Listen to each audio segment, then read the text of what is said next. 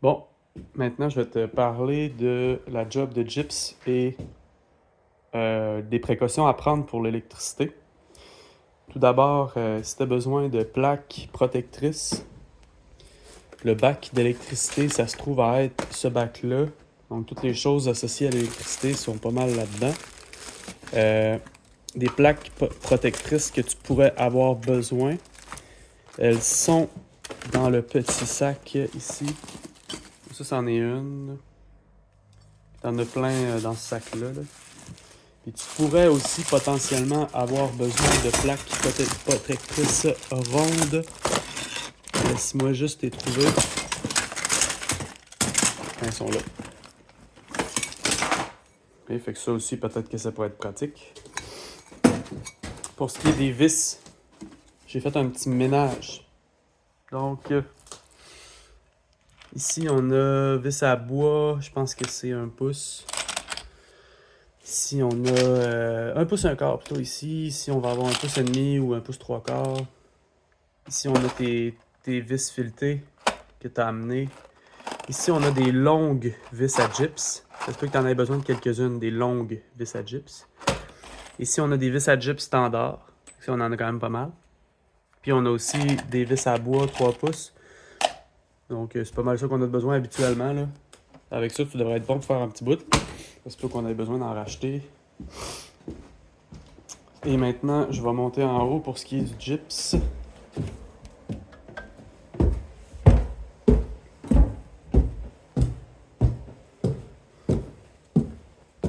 Donc,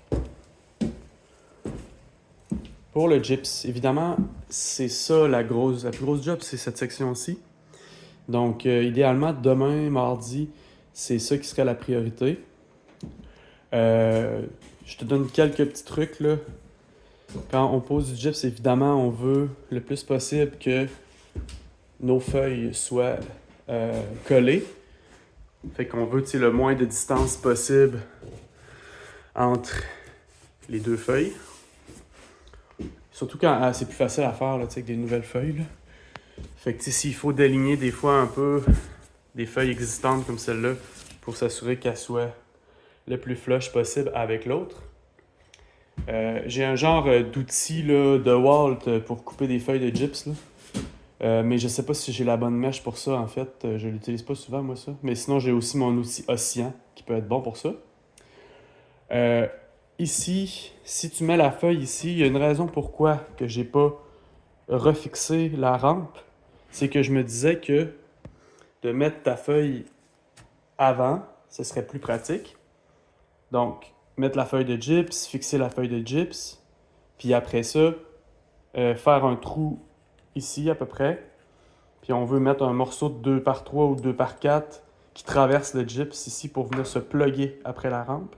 Parce que si on visse notre rampe au travers du gyps, peut-être qu'il va y avoir un risque là, que ça wobble un peu. Là, déjà qu'elle commence à être un petit peu chambranlante. Fait que on verra quel autre type là, d'ajustement qu'on peut faire à cette rampe-là là, pour la resolidifier. Là. Pour ce qui est des fils, donc ce qu'on veut éviter le plus possible, c'est de mettre des vis de gyps dans nos fils. Donc, tu sais, ici, tu vois, la distance du fil est quand même assez loin.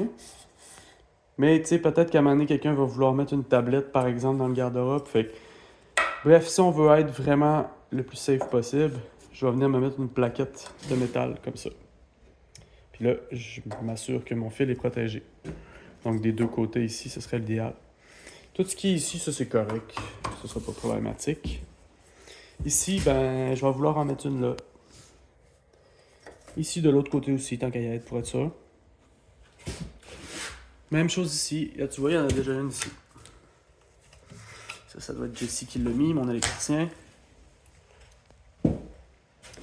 Ici, ben, on en a mis tout le long là parce qu'il y a un fil qui passait derrière là. Ici, il va en manquer une. Peut-être une ronde pourrait faire là. Là, j'ai pas de lumière, on voit pas grand-chose, là, mais tu comprends le principe. Fait que c'est vraiment de s'assurer que tes fils sont protégés. La majorité doivent être déjà protégés. Mais c'est bien de regarder à nouveau là, pour être certain. Donc, c'est pas mal ça pour le gyps. Puis les fils, ben, quand tu poses tes vis à gyps, là, je pense que tu le sais. Mais petit rappel, là, on veut que la vis s'enfonce légèrement dans le gyps. Donc, on veut que ça s'enfonce légèrement là, dans le gyps, mais sans briser la couche de papier. Pour que quand on passe notre doigt, ben, la vis, là, elle sorte pas là, du gyps. Donc, c'est pas mal ça. Si tu as des questions, reviens-moi.